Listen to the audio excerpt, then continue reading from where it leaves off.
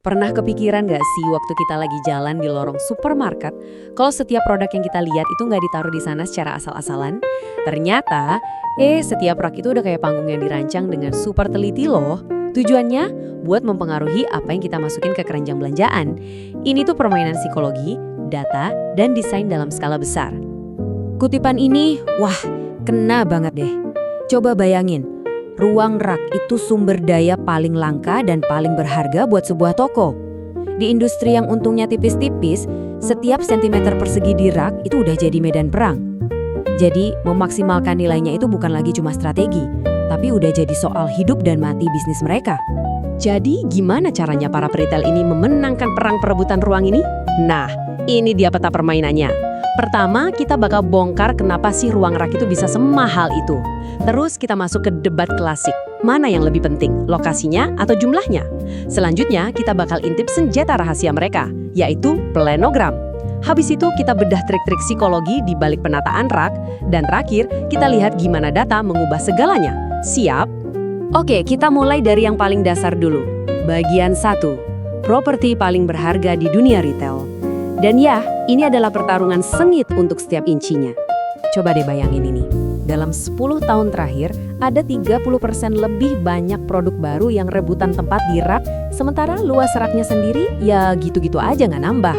Ini bikin tekanannya luar biasa. Buat toko yang untungnya tipis, nggak ada lagi tempat buat produk yang penjualannya biasa-biasa aja. Setiap barang harus kerja keras buat mempertahankan posisinya di rak. Nah, kalau tempatnya sesempit itu, keputusan apa dong yang paling penting? Ini membawa kita ke bagian 2, perdebatan abadi antara penempatan versus jumlah tampilan. Gampangnya gini, di mana kamu taruh produknya versus seberapa banyak produk itu dipamerkan ke depan. Jadi ada 2 strategi utama di sini. Pertama, positioning alias lokasi. Produknya ada di rak singgi mata kita atau malah di paling bawah. Kedua, ada yang namanya facings. Ini tuh berapa banyak produk yang sama dipajang berjajar menghadap kita. Banyak riset bilang kalau lokasi itu dampaknya lebih besar ke penjualan. Tapi jumlah tampilan juga penting banget buat bikin sebuah merek kelihatan menonjol dan yang paling penting, mencegah rak kelihatan kosong. Walaupun posisi itu ibarat raja, jangan pernah remehkan kekuatan jumlah ya. Data nunjukin kalau cuma dengan menggandakan jumlah produk yang menghadap ke depan, penjualan itu bisa naik sampai 20%. Ini tuh cara jitu buat teriak secara visual ke kita dan ngasih sinyal, "Woi, lihat sini, produk ini populer loh." Tapi, eits, ada batasnya. Para peneliti nemuin yang namanya ambang batas kejenuhan visual. Jadi setelah majang sekitar 12 baris produk yang sama, nambahin lagi ternyata nggak banyak gunanya. Ini kayak nambahin gula ke teh yang udah kemanisan. Di satu titik, rasanya ya sama aja, nggak nambah manis lagi. Malah, itu cuma buang-buang tempat yang berharga. Dengan semua pertimbangan yang rumit ini, terus gimana caranya para peritel ngatur semuanya biar nggak jadi berantakan?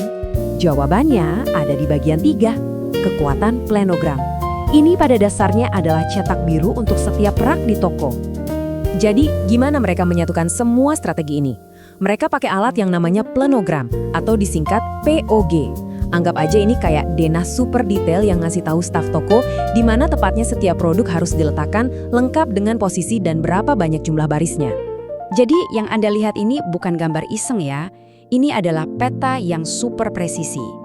Setiap staf di toko pakai ini buat mastiin semua produk ada di tempatnya yang paling strategis. Setiap kotak dan warna itu mewakili satu produk spesifik yang posisinya udah diatur sedemikian rupa buat memaksimalkan penjualan. Manfaatnya, wah gede banget. Buat toko, planogram ini bisa memaksimalkan penjualan dan ngurangin stok yang kosong. Buat kita sebagai pembeli, ini artinya pengalaman belanja jadi lebih konsisten dan gampang. Kita jadi nggak pusing lagi nyari barang favorit kita, mau di cabang manapun. Ini alat efisiensi yang nguntungin semua pihak. Oke, planogram itu kan alatnya. Tapi, apa sih ilmu di baliknya? Nah, sekarang kita masuk lebih dalam ke bagian 4, membedah psikologi rak. Kita bakal lihat gimana tampilan visual itu bisa mengendalikan keputusan kita. Ini statistik yang jujur aja agak ngeri-ngeri sedap. 2/3 dari keputusan belanja kita itu dibuat di dalam toko. Dan seringnya cuma dalam hitungan detik. Artinya apa? Artinya otak kita tuh lagi nggak mikir panjang dan logis. Kita lebih banyak merespons secara impulsif. Nah inilah kenapa isyarat visual dan penataan rak punya kekuatan yang begitu besar. Dan inilah dia properti paling mahal di dunia retail, rak yang setinggi mata kita. Atau sering disebut strike zone. Produk yang ditaruh di sini bukan cuma yang paling gampang kita lihat, tapi secara nggak sadar kita juga mikir produk di situ tuh pasti yang paling laku, paling populer, dan paling bagus. Merek-merek besar rela bayar mahal banget cuma buat dapat posisi emas ini. Pernah kan lagi asyik jalan, hampir nabrak tumpukan produk di ujung lorong? Itu sengaja loh. Tampilan kayak gitu disebut end caps dan fungsinya persis kayak polisi tidur visual. Tujuannya buat ngerem langkah kita, narik perhatian kita, dan akhirnya mancing kita buat beli barang-barang promosi itu secara impulsif. Nah ini nih trik psikologi yang pinter banget. Tampilan yang terlalu rapi itu kadang malah bikin kita segan ngambil. Sebaliknya, tumpukan produk yang kelihatannya agak berantakan, seolah-olah udah ada beberapa orang yang ngambil, justru bisa naikin penjualan. Kenapa? Soalnya itu ngasih sinyal kalau produknya laku keras dan memicu rasa takut ketinggalan, atau FOMO dalam diri kita. Kita jadi mikir, wah laku keras nih, pasti bagus. Semua trik psikologi ini emang kuat banget. Tapi gimana peritel tahu mana yang paling efektif? Nah, disinilah kita masuk ke bagian 5, masa depan yang digerakkan oleh data. Zaman kira-kira dan feeling aja tuh udah lewat. Dulu mungkin manajer toko ngatur rak cuma pakai firasat. Tapi sekarang, intuisi aja nggak cukup. Strategi penataan rak udah berevolusi jadi ilmu pasti yang digerakkan oleh data penjualan, analisis perilaku pembeli, dan tentu saja kecerdasan buatan atau AI. Prosesnya sekarang jauh lebih canggih. Gini cara kerjanya.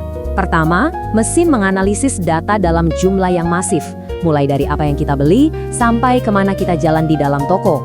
Kedua, AI dipakai buat meramal tren dan nebak apa yang mungkin kita mau beli selanjutnya.